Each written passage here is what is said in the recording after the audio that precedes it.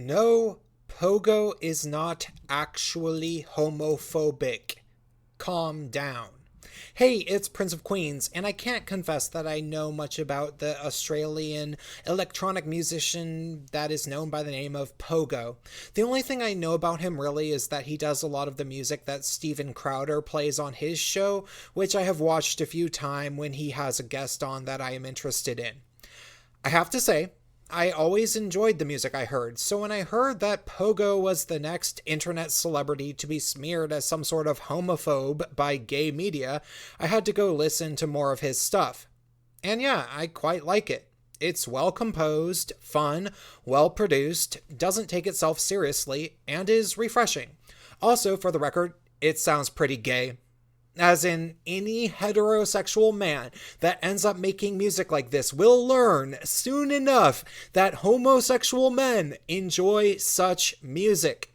And if he keeps going and keeps releasing such music, it is, without a doubt, 110% likely that he is doing so because he doesn't care who likes his music and is fine with a bunch of fruits taking substances and dancing to it in their Speedos.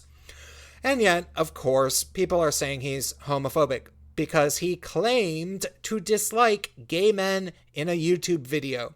And people actually believe him. But I don't. I think he was obviously joking.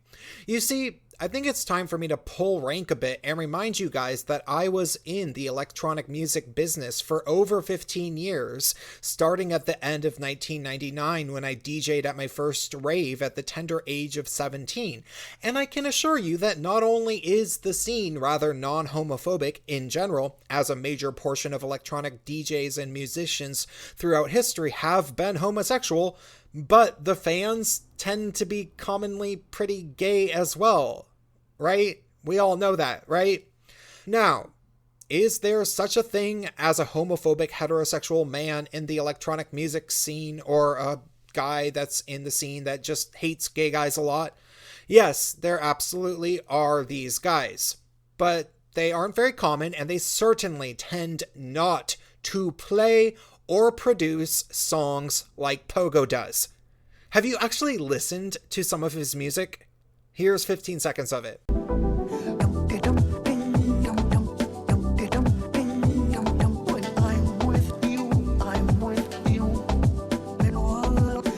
Again, it's not unheard of to find homophobic electronic music, guys, if you hang out in the trenches of the electronic music scene, especially the fringy aspects like drum and bass, which I DJ'd for 5 years, or certain parts of the techno scene.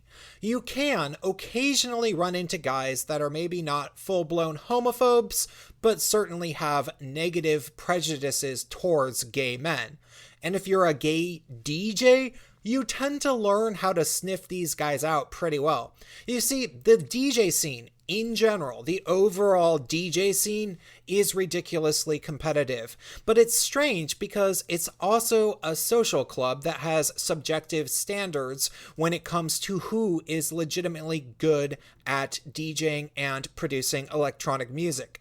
Thus, there are definitely DJs that get bookings not so much because they are talented, but for a plethora of other strange reasons. Sometimes guys get booked as DJs because they are drug dealers. I'm serious. Now, the strange other reasons that get people booked are most common with female DJs, of course, and it grew to the point where there's actually a stereotype that females are awful DJs, which is somewhat untrue if you actually follow enough serious female DJs closely. I was actually always very fond of a DJ named Reed Speed and one named Ellen Alien, who were both exceptionally good DJ producers back in the day. That said, there's definitely truth to the notion that there's a lot of crappy female DJs, which is plainly evident most of the times that you end up hearing them play at venues. I would say, honestly, that at least in the past, more than 50% of female DJs were booked either because they were attractive or simply because they are female at all, and people like seeing a female in the DJ booth because reasons. Granted, it's easier to DJ these days in comparison to when I was actively DJing on vinyl, so it's not like clubs commonly end up with the same level of completely awful female DJs that they used to, where they were very obviously messing up their DJ transitions over and over. But that used to be fairly commonplace, and it would anger the good DJs, both male and female. Similarly, the same exact thing happened with gay men, kind of a lot. There were always all sorts of completely awful gay male DJs. Often guys who were fairly attractive or very attractive and maybe willing to suck the right dick, which was probably the case for female DJs too, for the record. And you take that into account, and it's not like the straight guys didn't know about both things. Everybody knew certain people were being booked as DJs for their looks, both female and gay, but pretty much never straight guys. They didn't get that part of the bargain. It just didn't happen. That all said, there's always going to be straight guys and straight girls around that don't really like gay guys, at least a little bit, and then you combine that with the notion that there are a lot of extremely non-talented gay male DJs who DJ at gay bars, and then combine that with the fact that the DJ scene is extremely competitive and everybody wants to DJ as much as possible because it's fun. Well, when you keep that in mind, things get dicey. You see, even the straightest house music DJ gets jealous when he walks into a big, fancy, well-attended gay club and hears a completely awful DJ that can barely mix a transition that plays 3 different Miley Cyrus records in an hour, and he's jealous because that guy gets to DJ in front of all those people, and he doesn't.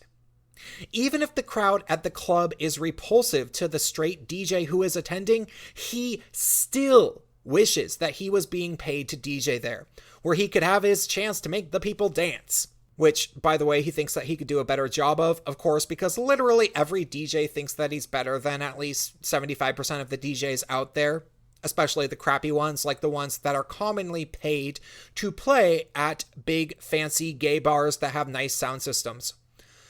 Thus, when this happens a few times, and especially when a straight DJ doesn't get too many bookings, he has a tendency to grow resentful of gay DJs and maybe even gay men as a whole, because they are yet another reminder of a vibrant dance music scene that he isn't included in as a DJ. And let's not forget, he might have never really liked gay guys all that much to begin with, so that rejection stings quite a lot.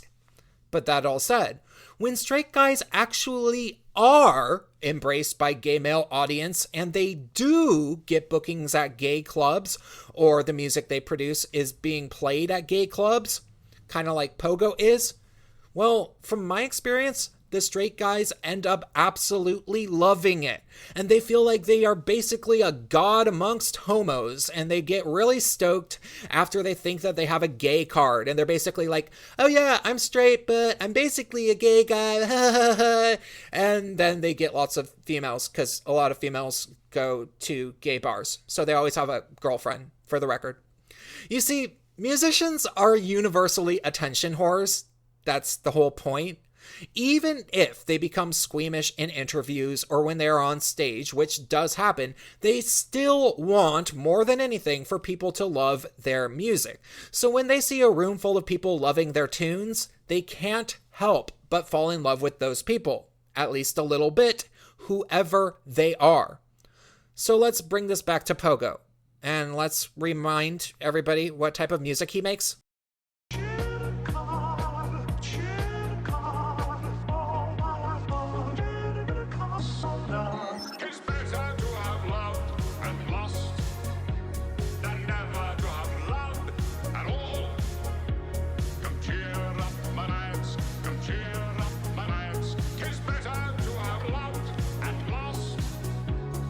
Again, I'm stating the obvious, but there is no possible way on planet Earth that this guy didn't realize at some point or another that his music appealed to gay men. And if he didn't like that fact, he would have stopped making super gay sounding music. And he certainly wouldn't have called his channel, I quote, Fagatron. Thus, eventually, people decided to ask him probably one too many times, why did you call your channel Fagatron? And from what I can tell, he trolled them with a satire video, which I'll link in the description so you can watch it for yourself, where he basically says that he named himself Fagatron because he hates gay men. Like, that makes sense. What it looks like to me is that he was basically saying, that's a stupid question. Why do you think I called my channel Fagatron? It was marketing. My music is largely marketed to be for gay men. Good grief. That all said, Pogo, you seem like a cool dude to me, and I like your music. So if you want to chat on a live stream sometime, maybe on the Gaytriarchy, you're more than welcome. Unless somehow you were serious and you really do hate gay guys, then never mind.